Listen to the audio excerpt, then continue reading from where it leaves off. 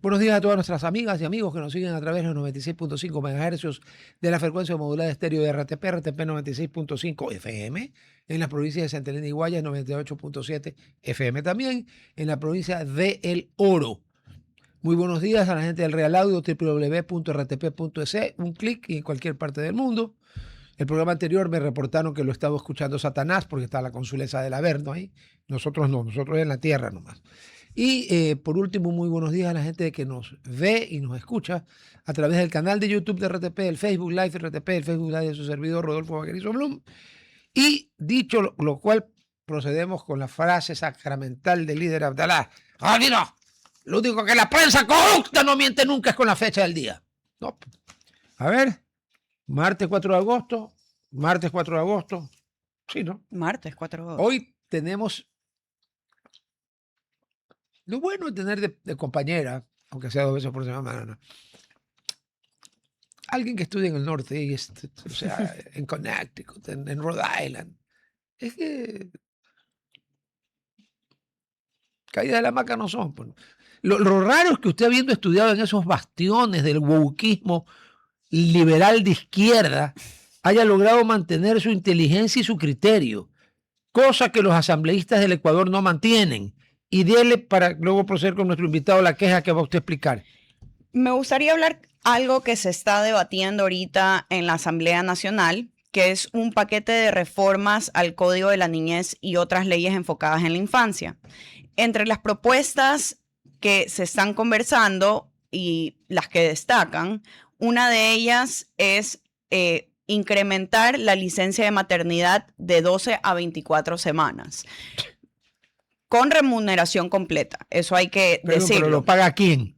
Bueno, eso es lo que yo estaba preguntando y lo que me mencionan es que el IES paga 75% y el empleador paga 25%. Se fregó la señora, va a cobrar el 25%. Lo que a mí me preocupa es que ya con el corto periodo de maternidad, porque yo estoy de acuerdo que una madre tuviera que tener más tiempo con su recién nacido, porque es una etapa de cambio para la mujer como el niño y la pareja, pero en un sistema como el que tenemos nosotros, en el cual el IES se demora entre 4 a más meses en pagar, eso significa que la mujer tiene que vivir con 25% de su sueldo hasta que el IES decida pagarle.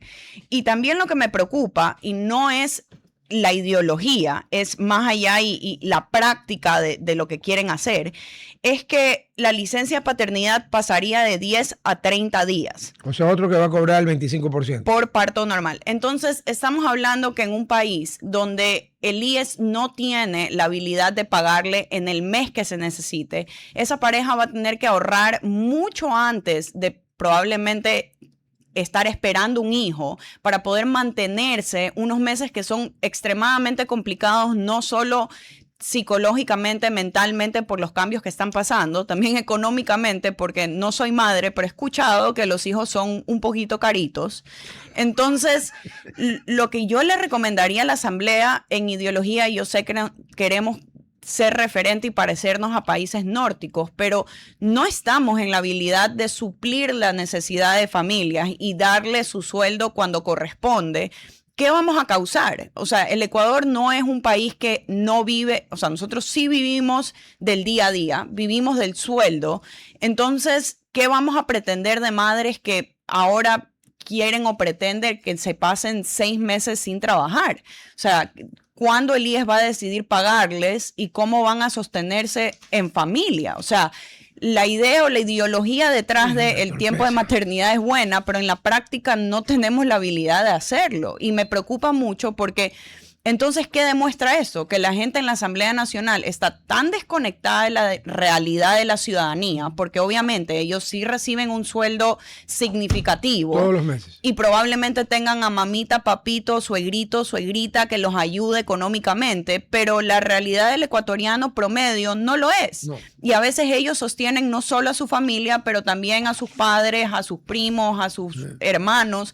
Entonces, sigo diciendo esto, el problema fundamental de la política ecuatoriana es que vivimos dos realidades. La realidad de socioeconómica alta, de la gente que puede darse el lujo de no estar trabajando por 6 meses, un año. Bueno, la muy alta ni siquiera trabaja, vive del trabajo ajeno. Entonces, o la realidad de la gente que tiene que trabajar todos los días. Lo vimos en la pandemia, cuando nos decían quédate en casa, había mucha gente que simplemente no era una posibilidad y no estamos Los informales no es una posibilidad. Y no estamos buscando una solución para esa gente. No.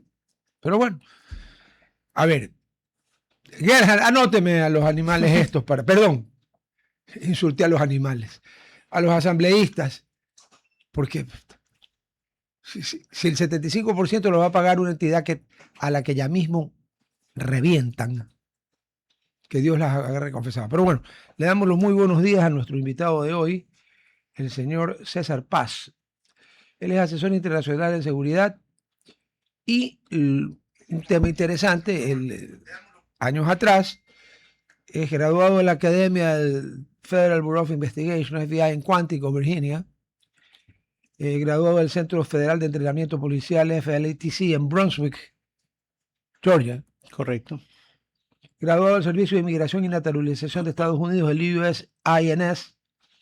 Tiene un Bachelor of Arts en Criminología e Idiomas en la Universidad de Utah. Pero usted no es mormón, ¿o sí? Claro que sí. Ah, eso sí, porque Utah es la sede. Claro. Y vaya, los dos somos lasallanos. Un placer saludarlo. ¿Qué promoción es usted? 31. 24. O sea que soy más viejo. A ver, César, ¿cómo está? A ver, Muchas cuéntenos. Gracias. Muchas gracias por la invitación. No, Gracias por favor, a está en su casa. Usted tiene una experiencia profesional, que te lo doy para que lo revises, por favor, Sofía, muy amplia. Lo cual, supongo yo, y usted me corrige, y luego, por favor, habla usted, no yo tengo otro término, le permitió toda esa experiencia profesional tener un conocimiento de los huecos, de los fallos, de los gaps en seguridad que hay en todas partes, porque nadie es perfecto. Correcto. Y en su vida ya civil, porque usted ya no está en el FBI, correcto, dedicarse a eso. Así Cuénteme es. brevemente sus experiencias más importantes en algo tan importante como el FBI. Aquí hemos visto, aquí hubo la pasó en las plataformas, la famosa serie Criminal Minds sobre la unidad de investigación de conducta del FBI. Correcto. Y la película, pues El silencio de los inocentes, es sobre lo mismo. O sea que aquí la gente tiene una especie de mito sobre el FBI. Y eso es algo real, existe. Claro, the Behavior Analysis Unit. Ahora le llaman así Behavioral Analysis Unit, antes se llamaba Behavioral Science Unit. Ya. Pero era básicamente, es lo mismo, ¿no? Una unidad compuesta por personas que son no solamente psicólogos o psiquiatras, pero personas que tienen experiencia en cuanto a sociología, en cuanto a la conducta humana. Aparte de la educación académica que han recibido, también tienen experiencia en estas áreas de asesinos en serie, violadores en serie, etcétera, etcétera. Estos crímenes que son tan violentos, ¿no? Y estas personas a través de los años desarrollaron técnicas de investigación o técnicas de entrevistas para exactamente, para sacar un perfil psicológico de la persona. Y cuando yo pasaba por la academia del FBI, hace unos cuantos años ya, escuchábamos de todos estos integrantes de esta unidad, y era igual, no era como un mito, era algo grandioso, porque en realidad lo que lleva a una de estas personas al punto de experiencia al que llegaron son varios factores. Número uno, los estudios académicos, y eso vale, obviamente, pero número dos, la experiencia en el campo. Claro. La experiencia en el campo, eso no se puede reemplazar. No, eso no se lee. No exactamente, eso no se encuentra en la universidad, eso no se encuentra en los estudios, en los libros, en las aulas de una universidad. Eso se encuentra directamente, o se aprende directamente en el campo de trabajo, entrevistando a asesinos en serie, a violadores en serie, a terroristas. Y es ahí básicamente en donde nosotros, como decimos en inglés, ¿no? nos hemos afilado los dientes, ¿no? Porque, por ejemplo, ¿no? Una de las cosas que yo hago, lo he hecho en Estados Unidos y en el exterior también, es dar un curso de lo que se conoce como lenguaje corporal, ¿no? ¿Qué es lo que dice la persona a través de las acciones del cuerpo? Lo La que se queda postura. callado. Exactamente, la postura de la persona. No es el movimiento de los ojos solamente, es un conjunto de acciones o reacciones del cuerpo. La parte límbica del cerebro reacciona de tal manera que no te deja mentir, no lo puedes programar. Eso es algo que es una reacción, es como parpadear. Tú no estás pensando voy a parpadear, no, exactamente. Entonces lo mismo es con las personas, ¿no? O sea, es algo incontrolable que puede traicionar o no. Exacto, a una persona, ¿no? Exacto. Pero hay que saber leer, pues. Hay que saber leer, pero eso justamente uno lo aprende no solamente en el aula, en la academia del FI, pero también en la interacción con el resto de las personas. Y he dado este curso en muchas ocasiones, no solamente en Estados Unidos, pero en Hispanoamérica también. Es algo muy interesante. Poder ver cómo una persona reacciona a cierto tipo de estímulos, preguntas, y ver cómo la persona miente o cómo la persona está tratando de evadir. Y una vez más, no es el movimiento de los ojos, y no es que me quiera burlar, pero en ocasiones he visto en YouTube a estos autodenominados expertos en lenguaje corporal, que tienen probablemente la tercera parte de la edad que yo tengo, ¿no? Y yo digo, ¿y entonces en dónde aprendieron esto? Porque no solo lo digo por mí, pero también por el resto de mis colegas. Pero nosotros lo aprendimos en Colombia, en Panamá, en Guatemala, en El Salvador, en Irak, en Qatar, en Marruecos. Ya, en sitios del Pacífico. Exactamente, ¿no? Lugares muy turísticos, sí, digamos. Sí, claro. Y entrevistando a terroristas, entrevistando a asesinos, a violadores que trataban obviamente de ocultar los hechos, lo que ellos habían cometido. Es una técnica que es una herramienta realmente que uno utiliza para poder detectar esto, ¿no? Ahora, mis hijos en casa odiaban que yo les haga preguntas, ¿no? Bueno, tenían sus motivos. Tenían los motivos, exactamente. Una pregunta. Esas entrevistas, cuando hay un sospechoso, obviamente, por ejemplo, asesinos o violadores en serie, entiendo que pueden ustedes perfilar la gente entrenada. Si el tipo es un individuo que mata porque mata, o si es un psicópata, o si es un sociópata, que suelen ser gente brillantemente inteligente, increíblemente, ¿no? Pero no tienen sentimientos, ningún tipo de sentimientos para el resto de las personas. O sea, por ahí lo sacas, por la carencia de sentimientos. Exactamente, esa es una de las cosas. Cuando quiera, madame, ella gringa. Rhode Island. Rhode Island, ok. Sí. It's a little Providence. Gotcha. Me encantaría saber, en su opinión, cómo se está construyendo el perfil de los narcoterroristas. ¿Por qué? Porque nosotros creo que el más famoso, obviamente, que se ha visto es un Pablo Escobar.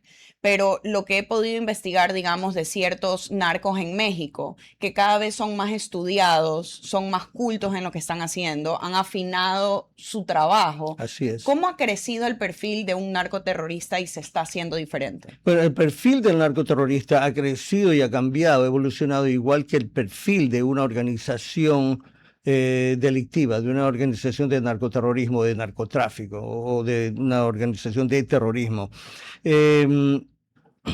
Para darte un ejemplo, los carteles de Colombia, en la época del cartel de Medellín, el cartel de Cali, que participé en una operación como agente encubierto por un par de años, eran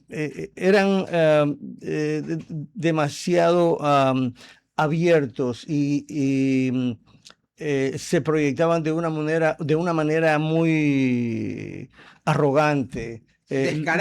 Descarada.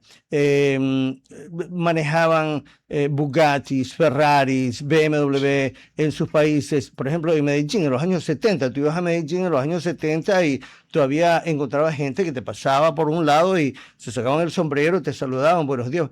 Bueno, todo eso ha cambiado. Los narcotraficantes de esa época eran demasiado, como decimos aquí en Ecuador, lamparosos, ¿no? Ya, okay. Pero eso cambió después de que cayó el cartel de Medellín, que después de que cayó el cartel de Cali, etcétera, etcétera, que se dividieron estos grupos y crecieron otros grupos que se autodenominaban los cartelitos, que eran de menos perfil, o sea, de más bajo perfil.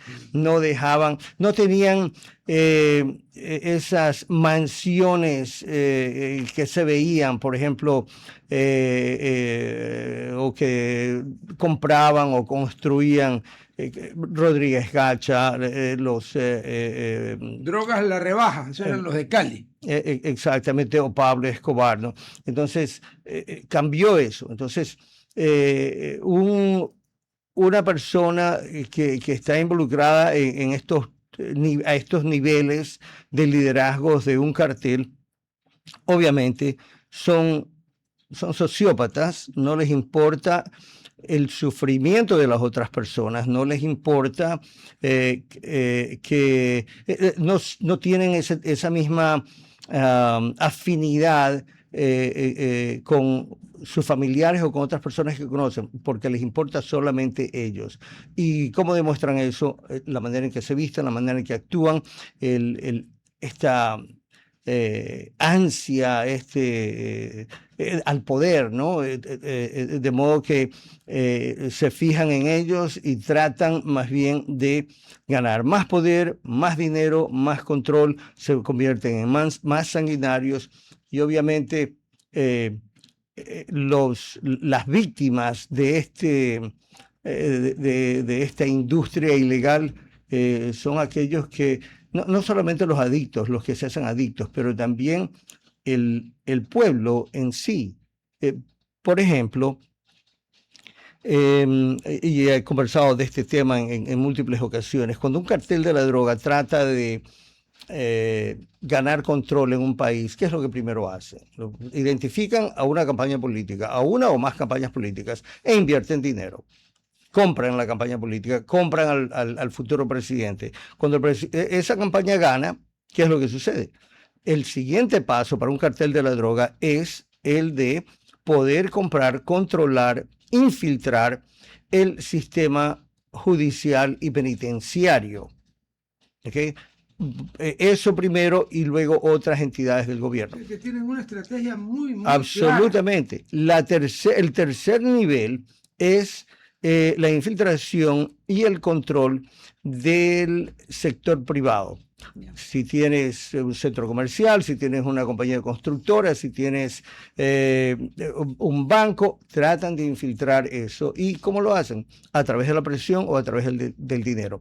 Y lo último, y aquí esto va a coincidir con lo que estaba diciendo hace un minuto atrás, ¿qué es lo que tratan de hacer? Controlar a la población. ¿Y cómo controlan a la población? A través de la violencia. ¿Qué pasó en julio del 22 aquí en Ecuador? Empezaron a aparecer cuerpos decapitados, colgados, ¿ok?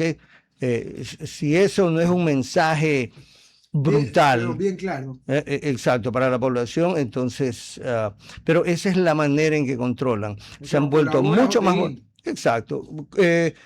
Se han convertido en organizaciones sumamente violentas, ¿no? Estamos hablando, por ejemplo, los Zetas en México. Tranquilamente le cortan el pecho a un informante o a alguien que los ha traicionado y le sacan el corazón, le sacan las vísceras. O sea, se han convertido en organizaciones no solamente criminales, pero abominables. Pero una pregunta. Ajá. La gente que hace ese ejemplo que acaba de poner, ¿están drogados? ¿Son sádicos? ¿O son sociópatas a los que no les importa el sufrimiento del otro? Les vale un triple. Por tal de que... ¿qué hay? Sociópatas, psicópatas, se embriagan en el poder que tienen, en el supuesto poder que tienen, y tratan a través del miedo y del terror de controlar a una región, a un país. Y es así como lo hacen. De modo que, ¿qué es lo que le toca hacer a la población? A la población, y esto lo decía Sócrates, que no era muy participario o muy, no tenía mucha afinidad con democracia, porque decía él que el pueblo que no sabe nada de política, de economía, de sociología, son los que votan por los presidentes y en realidad eligen a personas que son no idóneas para un cargo así. Por eso es que los griegos inventaron la palabra demagogia. Exactamente. Y por eso Sócrates era antidemagogia. Exactamente. Y creo que por eso también en Estados Unidos el voto es voluntario. O sea, yo cuando he votado, tú te inscribes como... que si no estás inscrito no votas. Es que puedes elegir un partido político. O sea, yo elegí, digamos, ser independiente. Claro, pero cuando te inscribes puedes también votar en las primarias de ese partido. Sí, claro. Pero un poco yendo hacia la política, porque aquí leo en la experiencia profesional y creo que sería muy interesante para nuestros oyentes, hablar de funcionarios de gobiernos extranjeros involucrados en el tráfico internacional de la droga. ¿Qué tanto eso en Latinoamérica? Porque estamos diciendo que los grupos narcoterroristas es su primer nivel para infiltrarse en una ciudad, en una ciudadanía. En los últimos 20 años, ¿qué tanto los políticos, los funcionarios públicos han sido influidos o llevados hacia el narcotráfico para participar como una pieza dentro de ella? Chávez, Maduro, Petro, Evo Morales, Lula,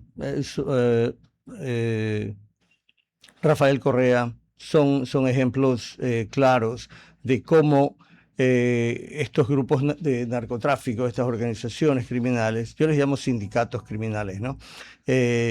Han influido y el problema está en que cuando un líder se vende o es corrupto, no puede recriminar a nadie que esté por debajo de él las acciones que van a cometer. Entonces, todo el mundo lleva, ¿no? Latinoamérica pienso que está cambiando lentamente, pero está cambiando. Han elegido en varios países, diría mejor yo, Hispanoamérica, han elegido a personas que son más de centro o centro derecha o de derecha. Sabemos que diga quien lo diga, no me importa, ¿no? Esa es mi opinión nada más, que el socialismo no funciona. ¿Okay? No, perdón, pero hay pruebas como 10.000. Exacto. O sea, si el comunismo funcionara o si no me guinda en alemán, el señor es alemán. ¡Ya! Nuestro invitado es César Paz, ex miembro del FBI, experto en seguridad. Repito el nombre, porque si no Gerhard me pega. Manda una corriente eléctrica que le ha dado la consuleza del Averno y me electrocuta. Siga, por favor. No es en serio, el tipo es peligroso. Pero bueno, el asunto es que sí, Latinoamérica está cambiando, hay un movimiento, y digo esto porque trato de mantenerme al día con lo que sucede en diferentes regiones del mundo, y viajo constantemente. Prueba de esto es que el año pasado viajé como 163.000 millas aéreas, ¿no? Europa, Hispanoamérica, en fin. En la misma net. O sea, Star Alliance o Sky Team o One World. One World. 160.000 millas son. 163.000 millas. En un año, es harto. Es bastantito, sí, es bastantito. Es más, conversaba con alguien de que en mi casa pasé menos de un año. Menos de un año. En un año pasé menos de un año, ¿no? Pero bien, es lo que hago, me dedico a esto. Tengo clientes que necesitan de mis servicios o de mi experiencia. Perdón, los clientes son generalmente estatales o privados? Privados, completamente Ah, privados. privados. Completamente Usted privados. con el estado naranja con limones. ¿verdad? No, absolutamente. Aparte de eso, los gobiernos no escuchan. ¿Por qué van a escuchar, por qué va a escuchar un gobierno no me pongo yo como ejemplo, ¿por qué van a escuchar un gobierno, a un experto o a un agente especial del FBI o de la DEA o de CIA retirado que quiera venir a ayudar con la experiencia a limpiar la casa? ¿A quién le conviene eso? ¿A quién le va a convenir? Si tenemos micromafias, hablando de Ecuador, tenemos micromafias en todo nivel, no solamente las aduanas, el puerto marítimo, ¿ok?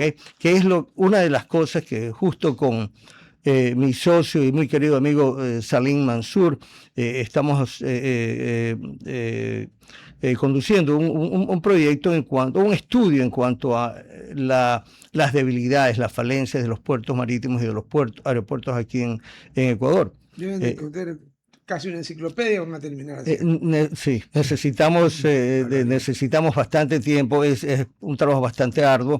Estoy haciendo una consultoría para clientes que han sido afectados aquí, ¿ok? A los que los contaminan, por ejemplo. Exacto. Es un problema terrible. Y es tan injusta la ley, ¿ok? Porque si, supongamos, yo llevo este contenedor o esta carga suelta al puerto y las autoridades del puerto la revisan, pasa por el escáner, rayos X, o lo que tenga, lo que sea, y certifican que la carga está limpia.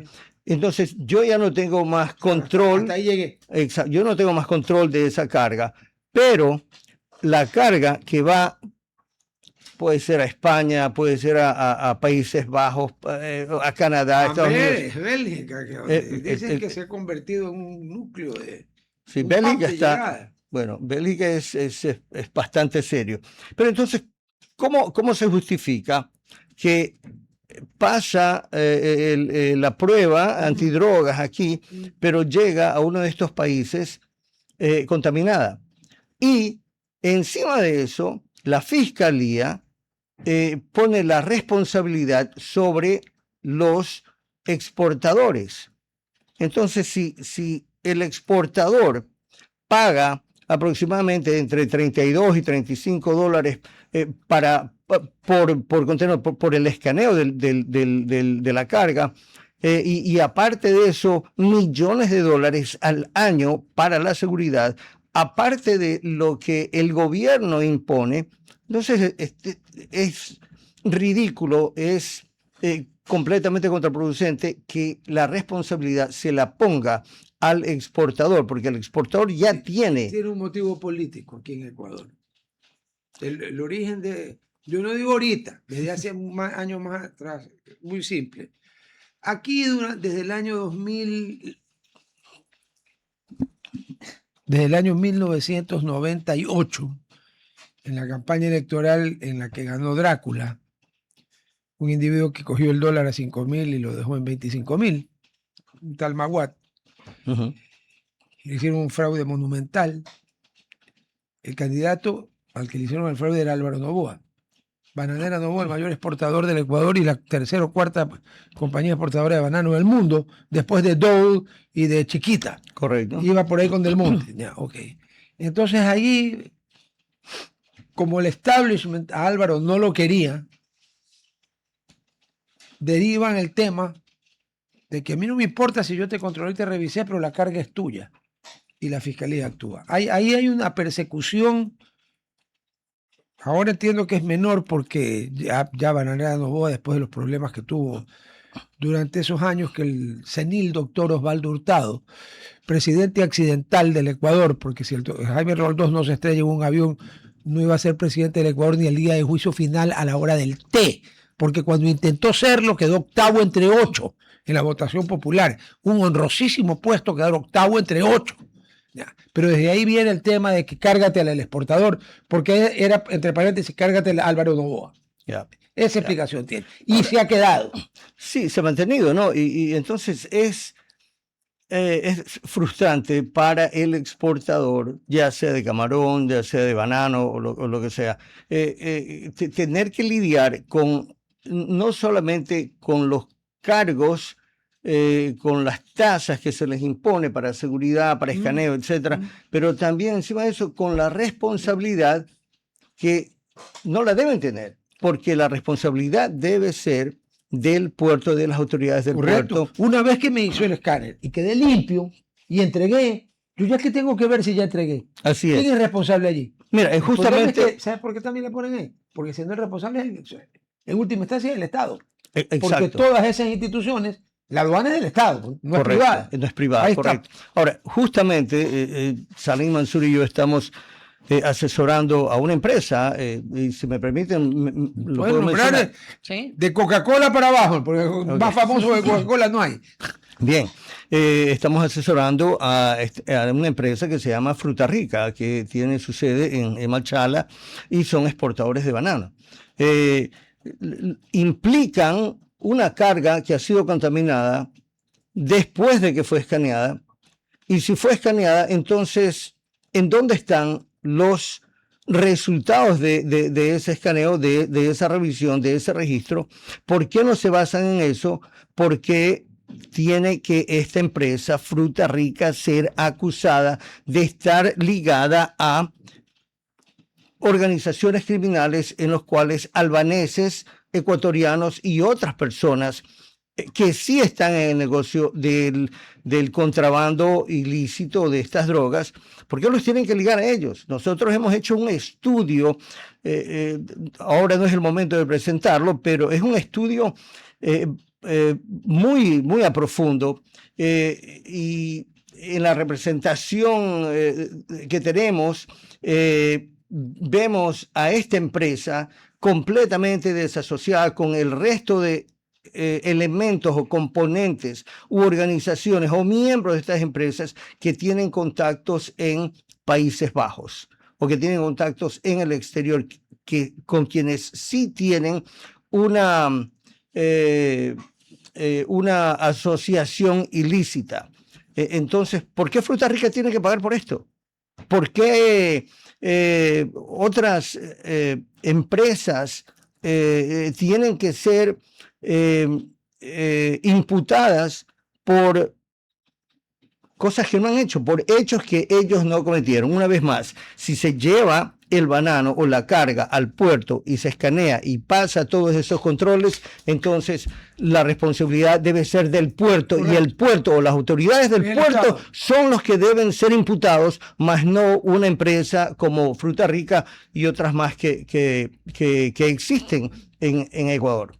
Una vez que yo entrego algo y lo revisan y encuentran que está bien, y bueno, se va pues a Europa, y en el camino resulta que llega, que tuvo hijos, parió, pero parió hijos de otra categoría, ¿no? El banano no puede parir cocaína, pero bueno, perdón, pero si yo entregué y quedé clean, no hay nada contaminado, todo es banano, la acusación se cae en un minuto, porque lo que el abogado defensor tiene que decir, señor, esto fue escaneado, que presenten los resultados. Ahora, aparte... No diga que no hay pruebas, que no hay archivos de los resultados.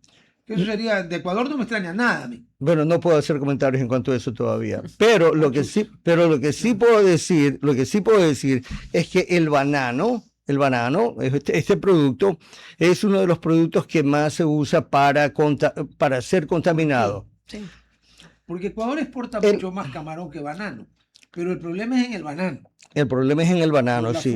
Es mucho más fácil, esconderlo. El exportadores, ya sea que vayan en contenedor o carga suelta es mucho más fácil todavía. Y otra cosa más. Casi no hay carga suelta. Todavía existe, sí, todavía hay, pero el punto es que el puerto, si cobra por ese escaneo, si el puerto adquiere o asume la responsabilidad de esa carga, entonces la línea de custodia Es el puerto. es el puerto. Correcto. Ya no puede ser. Arranca en el puerto, no arranca en el exportador. Exactamente. Porque ya me escaneaste. Exactamente. Ahora, si en el escaneo resulta que ahí sí el problema es mío. Ahora, aparte de esto, exportadoras de banano que han sido vinculadas a grupos albaneses o de narcotráfico, bueno, a los que van a imputar, no es necesariamente a la empresa, pero a los representantes de la empresa, cuando se revisan las pruebas, no hay fotos de vigilancia, no hay escuchas, no hay grabaciones, no hay evidencia inculpatoria. ¿Y en base a qué acusan entonces? ¿Qué se me ocurre? Porque sencillamente iban en el mismo barco con la carga, otra carga de empresas que sí han estado siendo vigiladas en el pasado. Pero perdón la pregunta, en Estados Unidos, cualquier estado que sea, porque cada estado tiene leyes distintas, pero en el tema de drogas es federal. Correcto. Va una acusación de un fiscal ante un juez federal sobre un tema tan, en Estados Unidos no es broma, No, esto es muy serio, sí. Muy serio. Y no presenta escuchas, ni videos, ni vigilancias, ni reportes. El juez se lo va a quedar mirando y le va a decir, señor, don't waste the time of the court. Dismiss. Chao. Así es. Si no tiene pruebas, chao, se va. Bueno, Aquí no pasa eso. Es más, a nivel de agente especial, eso no pasaría ni siquiera el supervisor, el primer nivel. Rebota. Exactamente, porque tiene que pasar por el supervisor y luego tiene que ir al departamento legal para que esa declaración juramentada que uno va a dar, exponiendo cada uno de los hechos articulables, Los pasos. exactamente, que ha tomado para llegar a X opinión, va a ser analizado por el departamento legal. Y si el departamento legal ve que no hay suficiente causa probable, el agente no se va para ningún lado con eso. Y una cosa más, en los 20, y no es que hago alarde de esto y lo digo de la manera más sencilla, pero en los 22 años y medio que yo fui un agente del FBI. Eso no es alarde, es un fact. Bueno. O a menos que usted no haya sido 22 años y medio, sino 15. Pero No. fue 22 años y medio, entonces ¿cuál es el problema? Entonces, en estos 22 años y medio que yo estuve con el gobierno, solamente tuve un caso en el cual ganamos parcialmente, no lo ganamos completamente. Fueron 14 individuos que fueron imputados.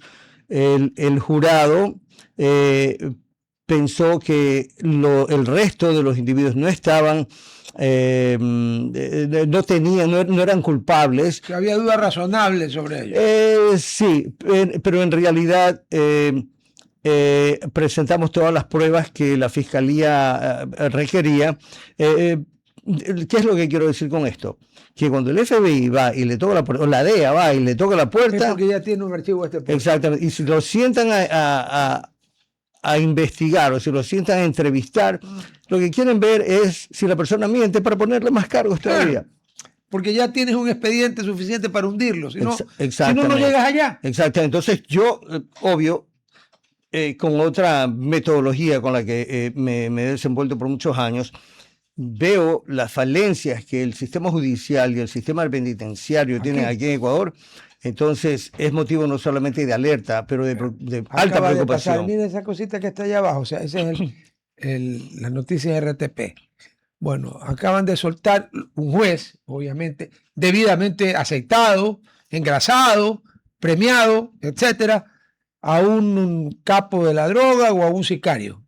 Aquí pasa todos los días, por si acaso. Pero también lo que me interesa bastante y se lo puede evidenciar, y por eso yo siempre comparo con las leyes en Estados Unidos, y es muy verdad, cuando viene la DEA, cuando viene el FBI a tocarte la puerta, no te van recién a entrevistar. Ellos ya tienen un caso, un expediente probablemente de años investigándote. Así es. Y en el Ecuador, que en bien o mal de alguna manera se está tratando de hacer algo, lamentablemente yo veo bastante show, bastante video del ministro entrando a ciertas casas, pero no te hablan de una extensa investigación. O sea, una investigación, con todo respeto, de 1 o 2 meses o 3 meses, no es una investigación ardua para poner a esa persona o llevarla a cargos.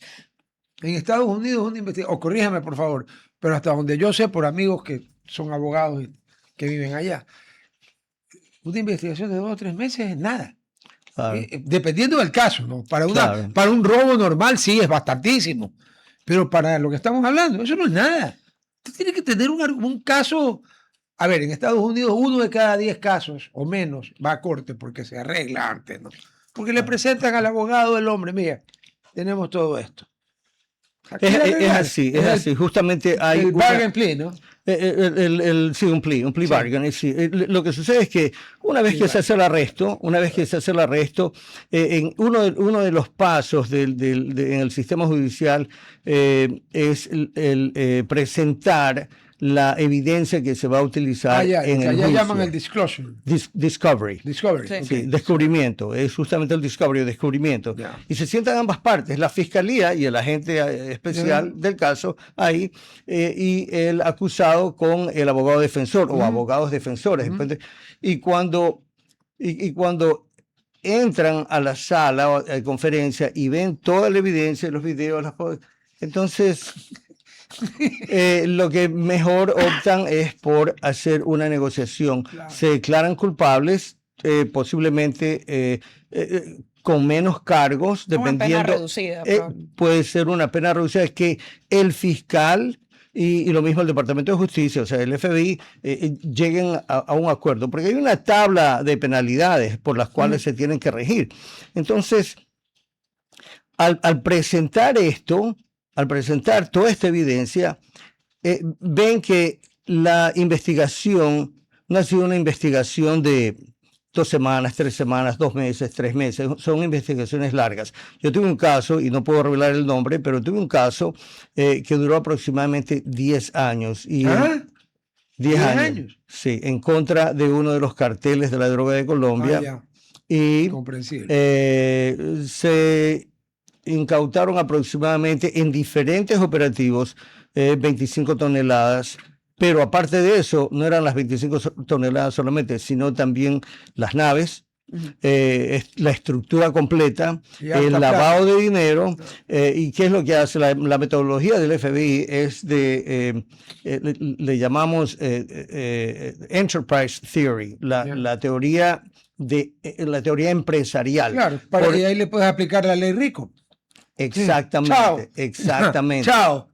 Porque, ¿qué es lo que hacemos? Primero identificamos y usamos o utilizamos fuentes de información, fuentes humanas, también utilizamos tecnología, etcétera, etcétera, pero identificamos a todos los miembros o a la mayoría de los miembros de la organización. Una vez que identificamos a estos miembros, identificamos ¿cuáles son los medios de comunicación? Todos los teléfonos celulares, correos electrónicos, y nos enfocamos en eso. Otra unidad se enfoca en descubrir, identificar, analizar, confirmar cuáles son los bienes que les pertenece a esa organización. Cuentas de banco, automóviles de lujo, casas, edificios, centros comerciales, empresas. Exactamente. Entonces, se identifican no solamente a los miembros del grupo, pero también todos los bienes. Entonces, hay una... eso toma harto tiempo. Obviamente, claro. Eso toma harto tiempo. O sea, una cosa es saber que Juan Pueblo tiene en esta casa, o es posible que tenga drogas, armamento en esa casa, ¿no? Y se va y se hace el operativo, que es un trabajo reactivo, no es proactivo, es un trabajo reactivo, porque les llegó información o porque por vigilancia se enteraron.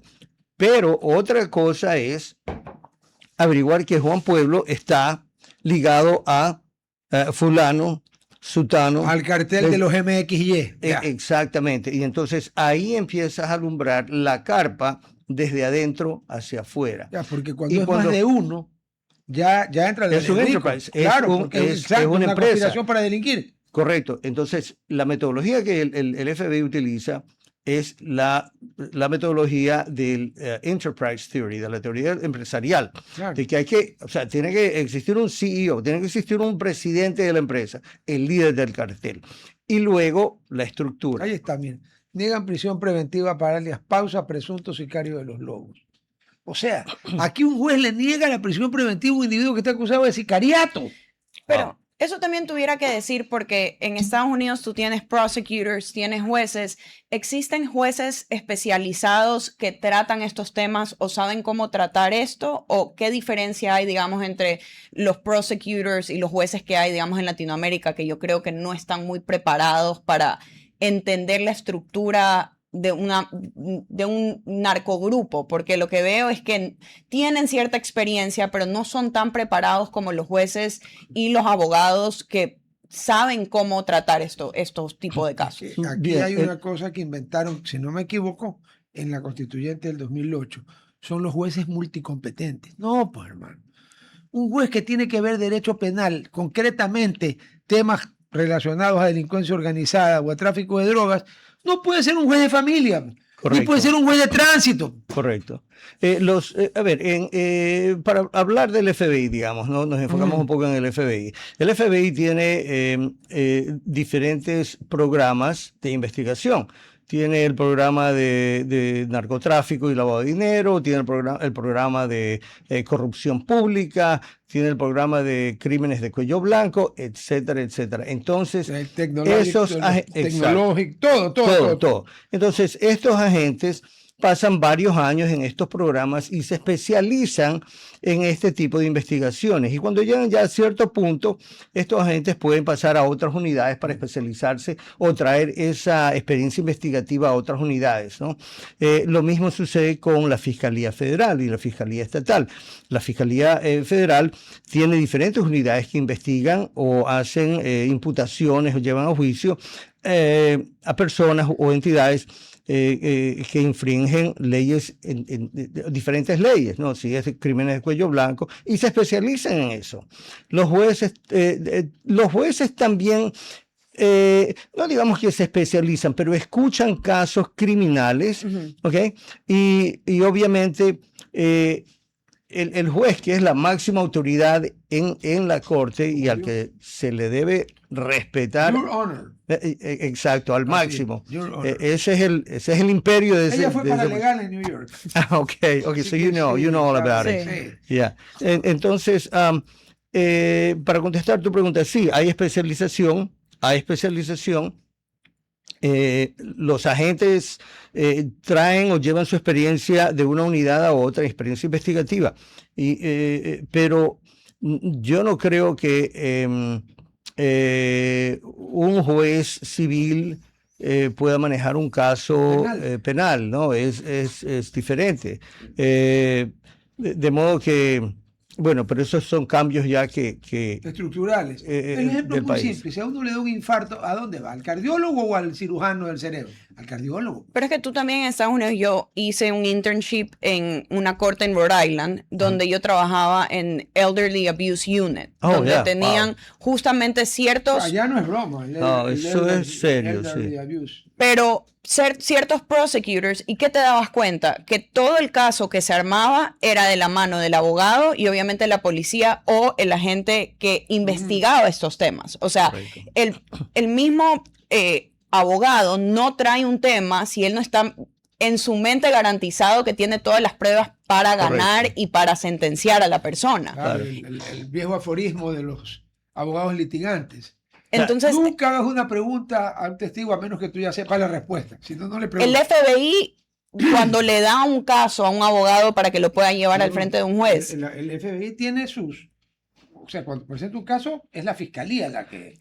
Bueno, el FBI, cuando un agente del FBI presenta un caso a un fiscal, ese caso está completo o casi completo. Entonces... Si no, no lo presenta. Si no, no lo presenta, porque es que tenemos, y todavía lo tengo, me incluyo, ¿no? En el presente, tenemos ese ímpetu, ese deseo de minucioso, de ser específico, de ser completo en la investigación, de no dejar vacíos, porque no estamos sirviendo al país, no estamos sirviendo a la sociedad si no lo hacemos. Entonces, el fiscal no hace la investigación, es el agente el que hace la investigación. El sistema de aquí, que es un sistema diferente. Híbrido, dije, lo copiamos en Estados Unidos, pero no es verdad. No. Lo que sí pasó es que antes aquí el juez era el que manejaba todo y pasamos al sistema acusatorio en el que el fiscal es el dueño del caso. Hasta que el juez le dice no acepto sus indicios como prueba, se acabó el caso. Ya. Al final el juez tiene la última La palabra. última palabra, correcto. Una pregunta. El FBI, Federal Bureau of Investigation, es la Oficina Federal de Investigaciones. Por tanto, el FBI solo maneja casos federales, ¿no? Correcto. No estatales. Bueno, hay ¿Cómo es el tema jurisdicción allí? Bueno, hay ciertas violaciones de la ley que se puede llevar a una corte federal o a una corte estatal. Por ejemplo, un robo a banco. Un robo a un banco. La policía local o estatal acude al robo del banco, los agentes del FBI también pueden acudir y pueden, pero solamente en una sola corte, o en la estatal o en la federal. No es en la dos. No puede ser a la vez. No, eso se llama double jeopardy. No puede. Claro. Lo que sí puedes hacer, o sea, y sé que ahorita estaba viendo, creo que fue, no, Idaho, los Idaho 4, que hace unos años, lamentablemente, un loco que investigaba, que él estaba estudiando para poder dar el perfil de serial killers, mató a 4 estudiantes en Idaho, se metió a la casa, los mató con un cuchillo. ¿Y qué hizo la policía estatal o la policía municipal de ahí? Ellos sabían que por el tipo de caso que era, ellos no tenían la expertise para poder buscar las pruebas necesarias. Llamaron al FBI y el FBI, creo que es el primer día o el segundo día, fue el que construyó el caso para que después lo puedan llevar a la corte. Y el FBI tiene unos recursos investigativos que son asombrosos. Lo he mencionado en diferentes entrevistas aquí en Ecuador y en Estados Unidos, en Colombia, en Argentina, en Chile, donde me han entrevistado, que ahora, como el Ecuador es parte o miembro de esta iniciativa del presidente Trump, del escudo de las Américas. Perú, ya la presidenta que Fujimori ordenó al canciller que pida ingresar. Perfecto.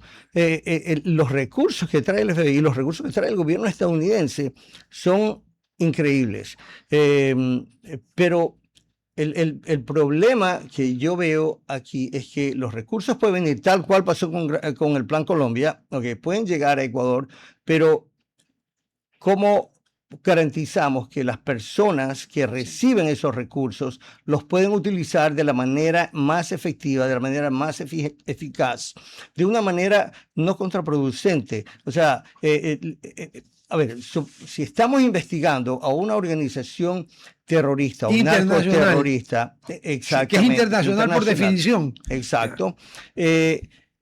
O sea, el FBI, y no estoy dando a conocer algo que sea clasificado, porque el mismo FBI ya lo ha dicho en internet, pueden monitorear movimientos de dinero en tiempo real, de cuentas sospechosas, de un lugar en el mundo al otro extremo del mundo. Entonces, en cuanto a tecnología, pueden hacer muchísimas cosas en cuanto a comunicaciones, a cómo recuperar comunicaciones. Nosotros estamos en pañales en contra de tecnología. Pero por eso he dicho yo, lo he dicho ad nauseam, hasta cansarme, que hay 5 frentes principales que el Ecuador o el gobierno del Ecuador tiene que batallar. Primero, el narcotráfico y el lavado de dinero. Y un apéndice ahí es la minería ilegal. Pero digámosle narcotráfico y lavado de dinero. Luego, el siguiente frente de combate, corrupción pública. ¿Ok? Chuta. Con esos 2 frentes ya tenemos la guerra mundial. Sigamos. Okay. El tercer frente sería las leyes de migración. Sí. ¿Okay? El cuarto frente sería la depuración, reorganización del sistema judicial y del sistema penitenciario. ¿Okay? Y el quinto frente sería la reestructuración, reorganización, el mejoramiento del control de las fronteras, Y los puertos. aeropuertos y puertos marítimos. Y esa es una de las razones por la cual yo estoy aquí en Ecuador. He estado aquí ya 3 meses, aunque voy y vengo de Estados Unidos, pero junto con mi socio Salim Mansur, estamos haciendo estos estudios de los puertos. Es un estudio privado, nadie nos ha contratado. El problema de España. Y, Sí, exacto. 70.000. antes de eso- ¿Cómo pudieron entrar 70.000? Eso tiene que haber sido una cosa organizada, compadre. al- En Ceuta. De acuerdo, Después en vemos. Ceuta, sí. Algo que me interesa bastante y creo que para los oyentes sería bueno escucharlo. Yo de pequeño soy americana, pero yo de pequeña mi papá me llevaba en las vacaciones y me compraba a veces one-way tickets a Nueva York y después de regreso. Y mi papá siempre le dice, aquí no puedes mentirle ni a Immigration ni IRS. O sea, tú Ni a tienes la que vez, estar, exacto. tienes que saber que Exacto. No, siempre pues se- la es donde le mientes, te siguen hasta la tumba. Pero mira, ¿qué pasaba? Obviamente mi papá me dice, yo sé que se va a ver sospechoso porque te compro, o sea, siendo igual Como americana, One way, si el round trip es más barato. porque creo que era justamente Por las fechas, una vez probablemente. por las Ah, ya, fechas ya. salía más barato o una vez lo empezó a hacer y vio que le salía más barato, pero yo siendo americana igual podía tranquilamente, pero como tengo nacionalidad aquí, ¿qué pasó? Me paraban todas las veces que yo entraba a Nueva York, me paraban y me revisaban la maleta, me pasaban la... Por el pasaporte ecuatoriano. No por eso, porque el pattern, una mujer Ah, joven ya. que viaja- El patrón de viajes. el claro. patrón de viaje, claro. y lo que me decía mi Encendí papá una es, alarma. Exacto. claro, porque tienes un perfil. ¿Qué me decía Ah. mi papá? Obviamente, tú cuando hables con la gente de migración, si te quieren revisar la maleta, dile, por supuesto, pórtate bien. Encantado. Yo aquí le abro. La actitud vale bastante, Claro pero que sí. ellos en el sistema, y lo hemos visto anteriormente en los últimos años en el Ecuador, mucha gente al entrar a Estados Unidos o al querer entrar a Estados Unidos que tienen una visa vigente, ya ellos tienen un expediente y ¿qué te dicen? Ya no vas a volver a entrar, te quito la visa, regrésate a Ecuador. ¿Qué sistema tan especializado tienen en los aeropuertos ahí que pueden detectar este tipo de patrón? Tu software es caro. No comment. Pero tienen un software del carajo. A ver, tienen acceso a muchas cosas. Sí. Ok, tienen Unas acceso. públicas y otras no, pero tienen acceso a muchas cosas. Tienen acceso a muchas cosas, ¿no? Saben, justamente hablaba con alguien ayer, alguien de Oriente Medio, y me decía que la primera vez que entró a Estados Unidos le preguntaron a él, bueno, ¿y por qué tu hermano estuvo en China? ¿Qué estaba haciendo en China? ¿Y por qué tu abuelita estuvo en Siria? ¿Y por qué? Ok, entonces, tienen... Mejor que él conocían el movimiento de las familias. Tienen, exactamente. Yo entro y salgo de Estados Unidos a menudo. Sí. Y estoy más que seguro que mi teléfono celular probablemente está por ahí, lo escuchan, porque tengo llamadas de Oriente Medio, tengo llamadas de Europa, Con tengo llamadas de seguridad. Latinoamérica. Pero Con eso, con ese origen de llamadas con seguridad. Exactamente, pero como no tengo nada que esconder, Exacto. no tengo ningún problema. Pero es bastante extenso o extensa la información que ellos tienen. Tienen prácticamente de todo. Saben cuándo has entrado, con quién entraste, Sí. cuánto dinero tiempo te declaraste, quedaste? dónde te ¿Cuánto quedaste. declaraste y cuánto gastaste? Porque hay gente que declara, yo tengo menos de $10.000 y resulta que gastó 35.000 y 15.000 fueron en efectivo. ¿De dónde sacaste la plata? Ahora, hay una cosa que la gente piensa, uy, no hay que declarar porque, ¿Cómo que no? porque te van a cobrar impuestos al entrar. No. Eso es Eso no eso es existe. algo falso, eso no es así. Yo he entrado a Estados Unidos con más de $10.000 prestando servicios a otras empresas, hasta $3.2 millones que he llevado, y lo que se hace es declarar. Hay una forma, un formulario, no hay ningún problema. ¿Ok? Y ya. Pero la gente piensa que les van a quitar y se esconden el dinero. Es lo peor que pueden hacer. Hey, va a tomar 15 minutos más, 10 minutos más, no importa. Llenan el formulario, lo entregan. Le dicen, ¿cuánto lleva? Sí, aquí está. Ok, listo. Pero una vez más,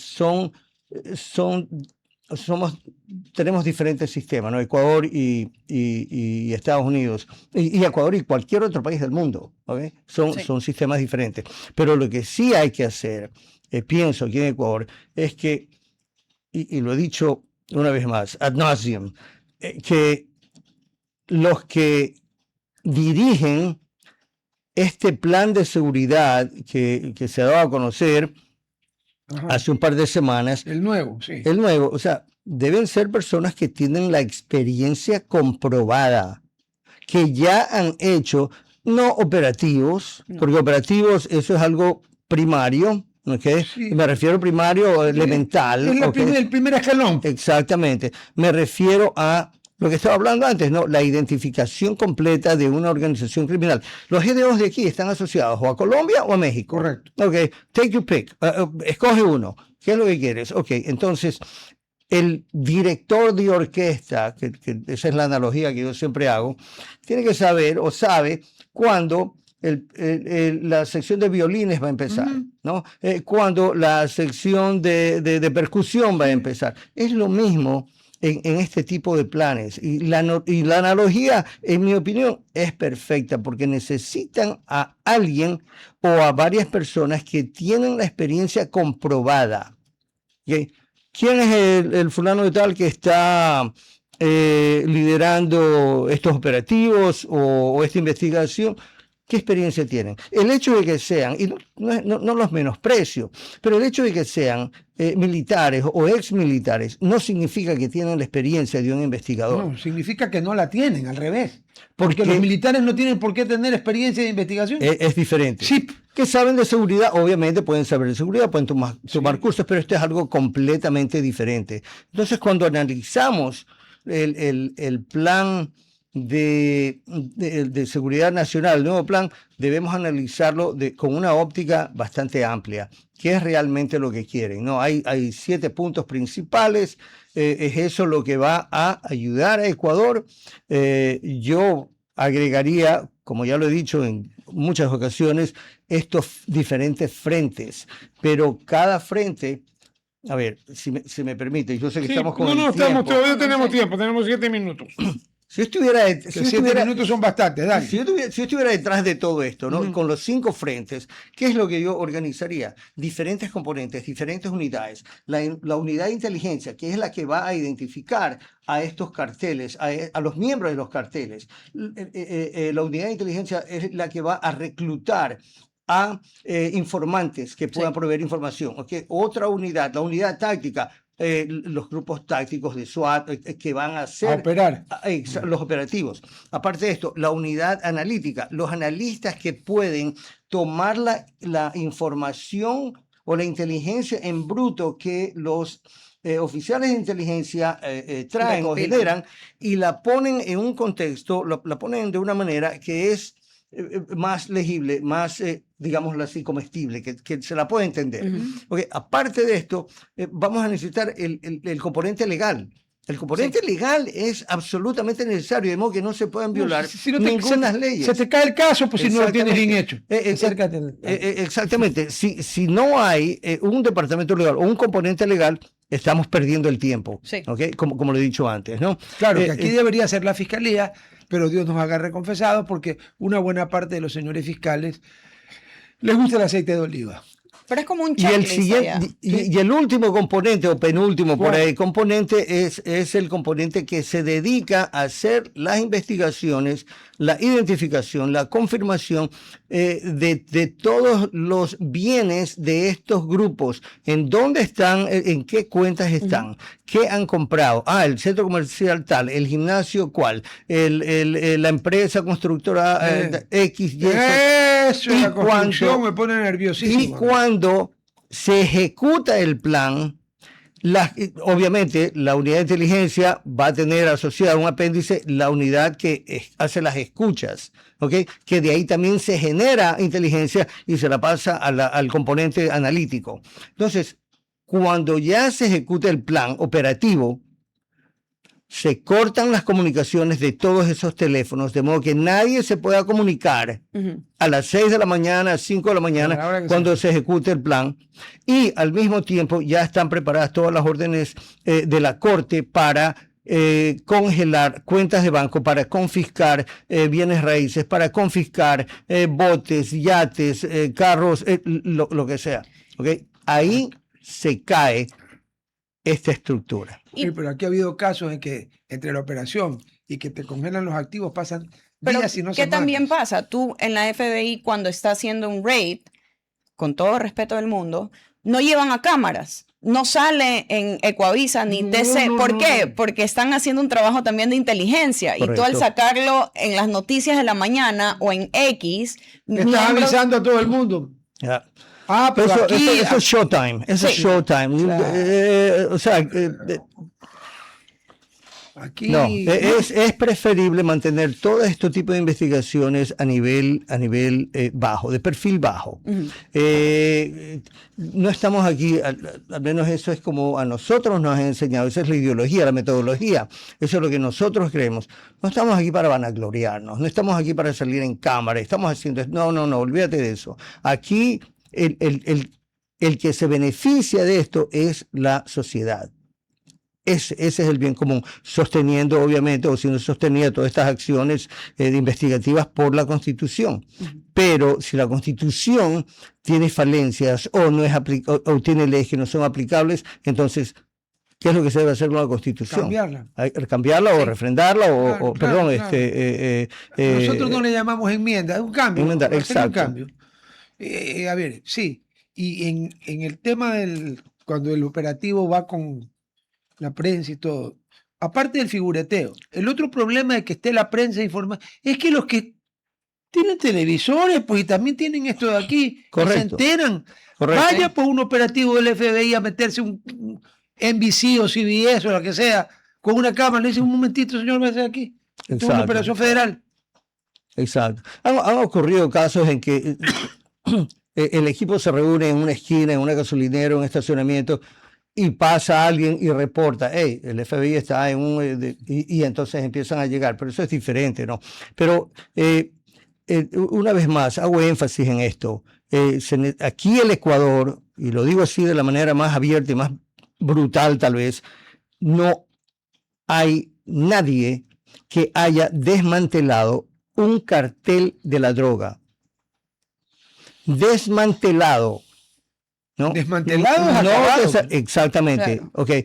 Un cartel de la droga, no solamente local, pero tenemos que recordar que estos GDOs están asociados a carteles de la droga de México y de Colombia. Son enterprise, son empresas que tienen abogados, tienen contadores, tienen analistas, tienen todo. de todo. Y plata de sobra. Pues. Exactamente. Entonces, ¿quién aquí en Ecuador ha desarticulado un cartel?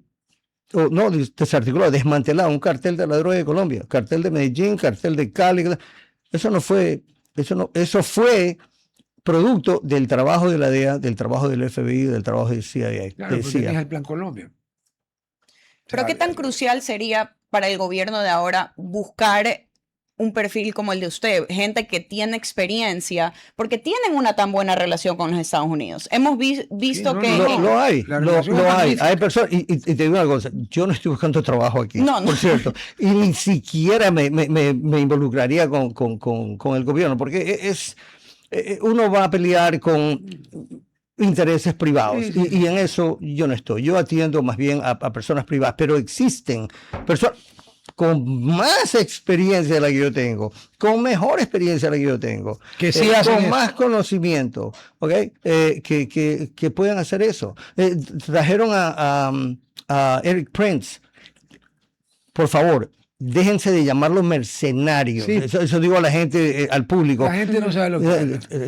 Él no es un mercenario, no tienen ni idea de quién es Eric Prince. Sí. Eric Prince es una eminencia, es un tipo muy educado, fue del US Navy, ha sido asesor del gobierno, creó una empresa que se llama Blackwater, y ellos obtuvieron un contrato de seguridad en Irak durante muchos años, no perdieron a un solo principal. O sea, no perdieron a ninguna persona importante que ellos custodiaban o que ellos protegían. ¿Okay? Las misiones que hicieron ellos, fantásticas, ¿no? Pero no sé qué pasó. Y otra cosa más, ¿okay? Y lo digo así de la manera más abierta y lo puedo sustentar.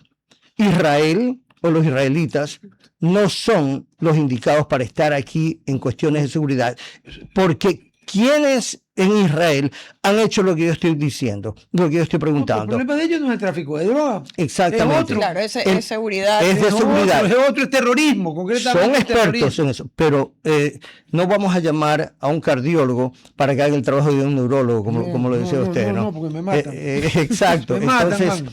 ellos no lo son. Ellos no lo son. No. Saben de seguridad, obviamente, saben de investigaciones, son brutales ellos para ejecutar sus operativos, sus misiones. No digo que no, defienden a Israel, pero ellos ven por Israel, Israel 2, Israel 3, Israel al último, todo. ¿Ok? Entonces, Además que el problema de ellos no son GDOs ni tráfico de drogas, es otra cosa totalmente distinta. completamente. Y lo puedo sustentar ante cualquier persona, porque hay cosas que obviamente que ellos hacen que son espectaculares, que son muy positivas, pero cada uno en su expertise, ¿no? Claro. Bien, ahora sí se nos fue el tiempo. César, muchísimas gracias. A las órdenes. Muchísimas gracias por la invitación. No, por favor, Sí, estás en tu gracias casa. por estar Chicos, nos vemos mañana. Chao. Chao. RTP